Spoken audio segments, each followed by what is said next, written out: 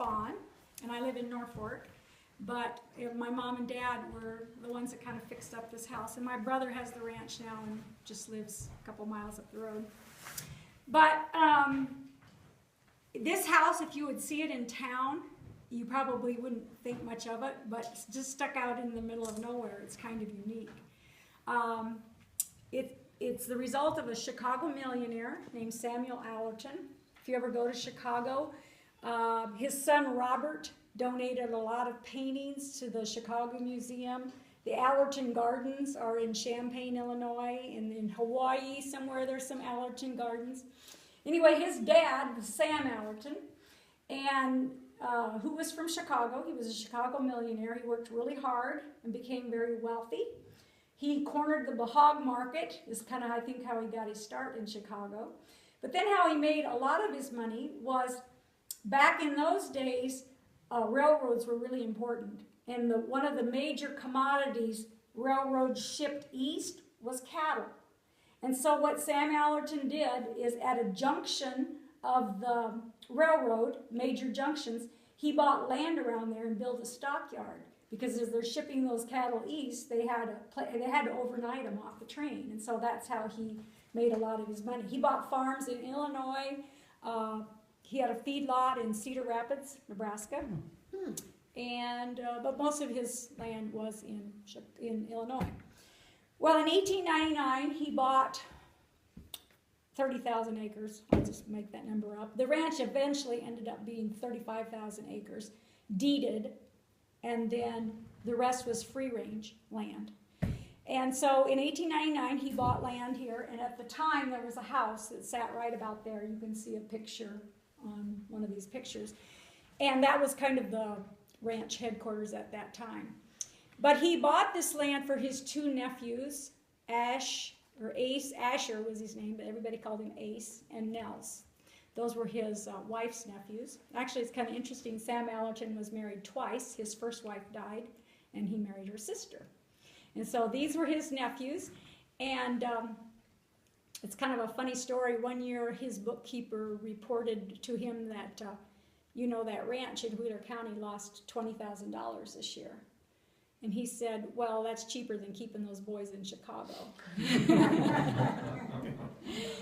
So Ace and Nels came out here to ranch. Nels was here first, and then when shortly after Ace got here, he kind of oversaw the building of this house. It was built in 1906. And some of the craftsmen came from Chicago. It's cement with sand from the area, just blow sand. The blocks were formed on the site. But the craftsmen came out from Chicago, and any materials that they needed to build the house, a railroad went to Spalding, and stuff was shipped to Spalding, and then 8 mule teams carried them over the sand hills, roughly 20 miles to here.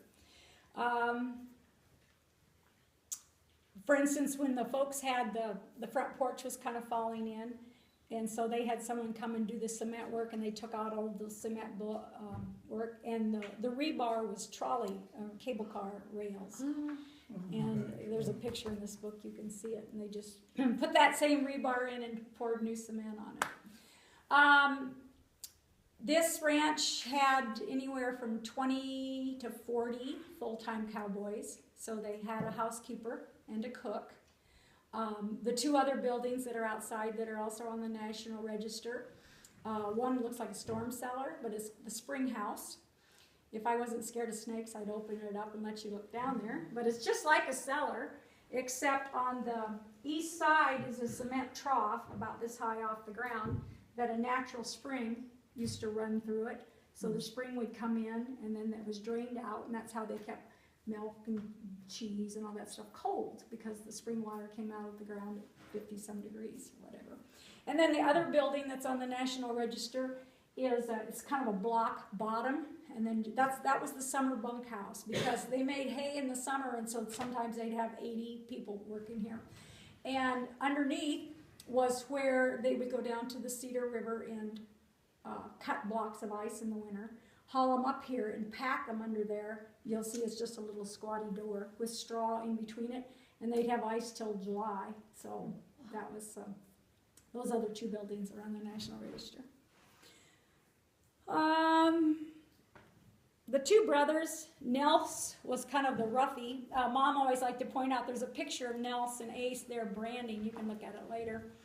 Ace was kind of a dandy and a little more artistic. Nels was kind of rough, hard drinker. He ended up marrying the housekeeper, Nels did, and moved to Cedar Rapids. And so Ace bought the ranch from Sam, I think like in 1914, but he must have been in poor health or something. And so by 1917, he died, I think 1917 or 18. He started selling it off in different pieces and to local people bought it. But one of the things that really hurt the ranch was, although they had all those deeded acres, they actually controlled many more acres free range. But kind of an interesting bit of history I found out that was, Mom had always referred to the Kincaid Act. It was kind of like the kiss of death for this. If you remember back to your history lessons, the Homestead Act gave settlers 160 acres, was it, of land that they had to live on for 5 years, and then it became theirs. Well, Nebraska had a representative named Moses Kincaid, and if any of you are sandhillers, you know 160 acres isn't going to cut it in the sandhills. And so he had a national law passed called the Kincaid Act that said settlers in 30, it was either 37 or 39 counties in Nebraska, which would be the Sandhills counties if you look on a map, they could get 640 acres if they would prove that, because that gave them enough land. You know, with a few cattle, you can't keep cattle on 160 acres, or very many of them. So that was why the land got fenced and the ranch eventually dissolved. My grandfather was from Newman Grove, and when my dad was a boy, they would drive cattle up here. As he remembers in the dirty 30s, this is all sub-irrigated hayland. I don't know if you notice, it's kind of wet, but it makes good hay even in dry years. And so my grandpa brought his cattle up here in the 30s, and it kind of saved him. And in 1939, he bought the land and this house.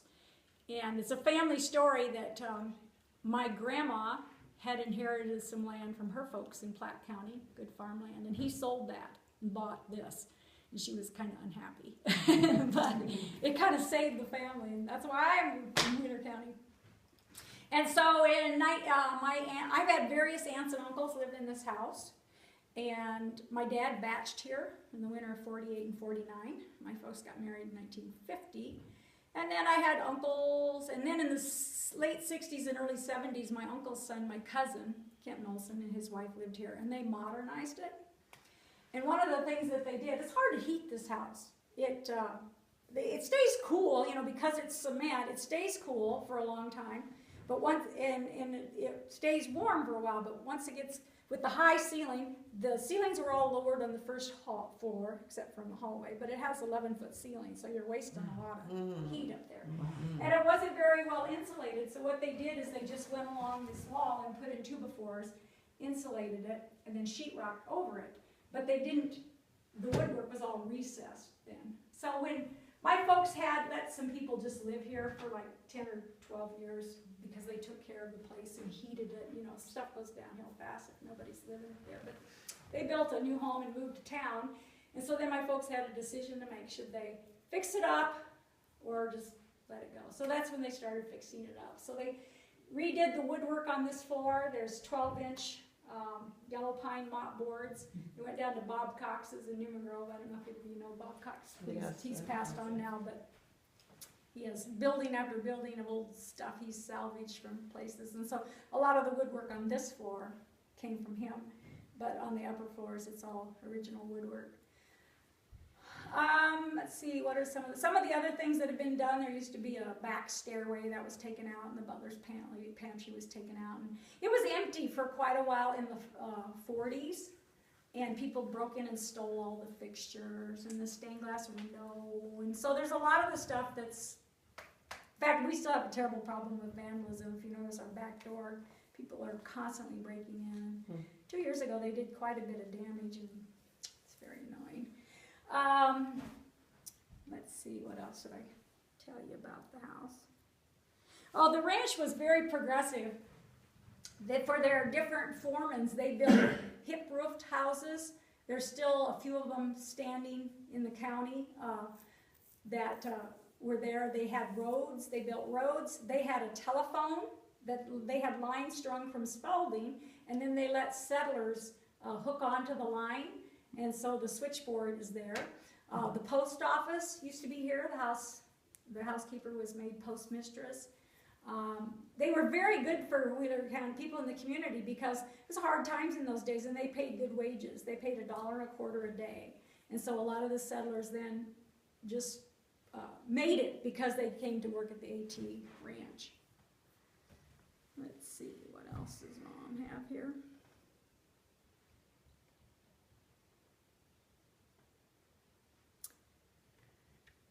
Oh, one of the stories Mom always liked to tell is that when they were building this house, I think the foundation is like 6 foot deep and 3 foot wide, or it's something just ridiculously big. And so they scoured the whole county looking for scrap iron to fill that up. And one story was they saw this old rusty cook stove and asked if they could have it. So there's a cook stove in the foundation, and there's old plows and equipment, anything they could find that they filled the foundation with. It's very sturdy. This wall and the one on the other side are solid cement. But we still managed to hang some pictures here, but it's just a very sturdy house. The guy who's here now, he came from Chicago because the gutters are copper, they're this wide, but the seams have come apart.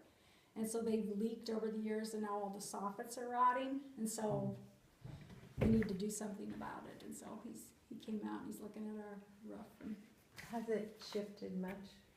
I don't think it's shifted at all. Because I don't see any cracks. There are some cracks when you go up to second floor. Is that a crack in that corner? Yeah, a little. Yeah.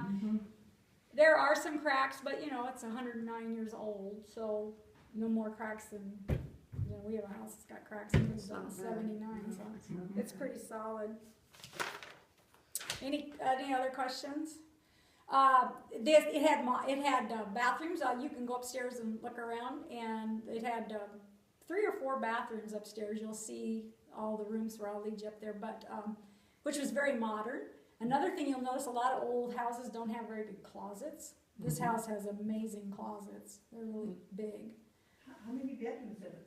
There's 4 bedrooms. There's 4 fireplaces in the house. At one time, there's the 2 big chimneys still on the front, and there's a little squatty chimney back here because in 1938 it got struck by lightning and it shortened it some. But there's 4 fireplaces. One here and one in what I call the parlor, and then directly above in the 2 bedrooms up there have fireplaces too. Now there was a 3rd floor, There's a 3rd floor. and what was that a bedroom up there? No, it or was a what party that? room. They had dances and parties. You can go up there. Okay. It has high ceilings too, 11-foot ceilings, although it's not a full story because it's got the dormer windows. But they say Sam Allerton liked to go up there and look around because you're really high because of the 11-foot ceilings. And another thing he liked to do, as you go upstairs, there's a door to the north that they used to probably be able to. When the lightning struck the chimney, it fell down and broke all those balusters off. So there's no. It's just a flat roof now. It's leaking very badly, and so people can't go out there anymore. But I suppose at one time they could. But Sam the way to get out into the front one is only through the bathroom window, and he used to crawl out there and feed the squirrels peanuts. So the story goes. Cute. Good. Any other questions? So you're having the repairman come in from Chicago? Yes. So do you have other plans to fix up the house? Well, we have to see how much it costs first. This house it's not a money maker. You know, it's totally, we don't have hired men living here, you know. So we'll just have to see what his bid is. But my brother John and I are both sentimental about it. So we'd like to fix it up. Don't mind me, I'm crazy. I can talk and cry at the same time, really. Good. Yeah. So I told him just to look at everything you think that needs to be done. I mean, cattle prices are good now, so if I'm never going to get this done, this is the time. But look and see what needs to be done, and then give us a bid, and then we'll talk about it. My second option is if he does it, because he restored, in fact, he lives in an old house like this. The shingles, it's kind of neat, he was telling me, I was showing him the shingles, did I already tell you this? That there's a sample of the shingles that Mom's got hanging in that hallway. And he says those shingles are still made, and he knows how to press them. In fact, his house has shingles just like that are copper pressed. So we'll see. But my other option is just to try to, it's so hard to, carpenters are, I mean, you practically have to Beg them. tie them up and drag them out there and threaten them. Well, plus you're working really high, and you're working with old material. But those, I mean, I don't know. I'll just get some. I have a kid who put siding on my soffits, and hopefully he doesn't know enough to turn me down and is hungry for a job and say, "Hey, how would you like to work 35 feet in the air and putting up new drain spouts and siding up there?" Any other questions? I have just one more. Okay, sure. I love questions. Tell us a little bit about your mom, because you can Google her, and, you know, little information comes up, and she must have been an amazing Oh, lady to- mom was amazing. She and Dad, when they got interested, in fact, in the book you'll see, when my cousins were here, they made it modern, like they made a Spanish decor was in there, so the stairway was painted black and red carpet. It was really ugly, 70s ugly. And so I said, "Hey, Dad, let's pull this carpet up and just see what's under here. Because, you know, if you could just get them started on the job, you know."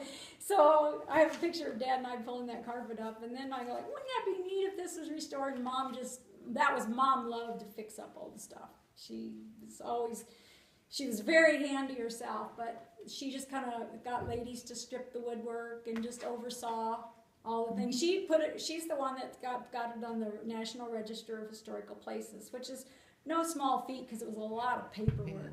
And so she got old newspapers, the old Spalding paper in Wheeler County Independence, and she poured through those. And people would stop and they'd say, "Oh, my grandma worked here." And in fact, two people, I wish I had paid more attention when she was telling me, but like about 25 years ago, the original housekeeper, Mrs. Mask, I think just died in 1999 or 79. She lived a long time, and one of the housekeepers had kept a diary, and so Mom got to make copies of that. And so a lot of her information she gleaned from the papers and diaries and put it all together. Yeah. So. If it's with the National Registry, are there funds available to help you with this? It's chump change. Is it? It is. Okay. What they'll do is they will,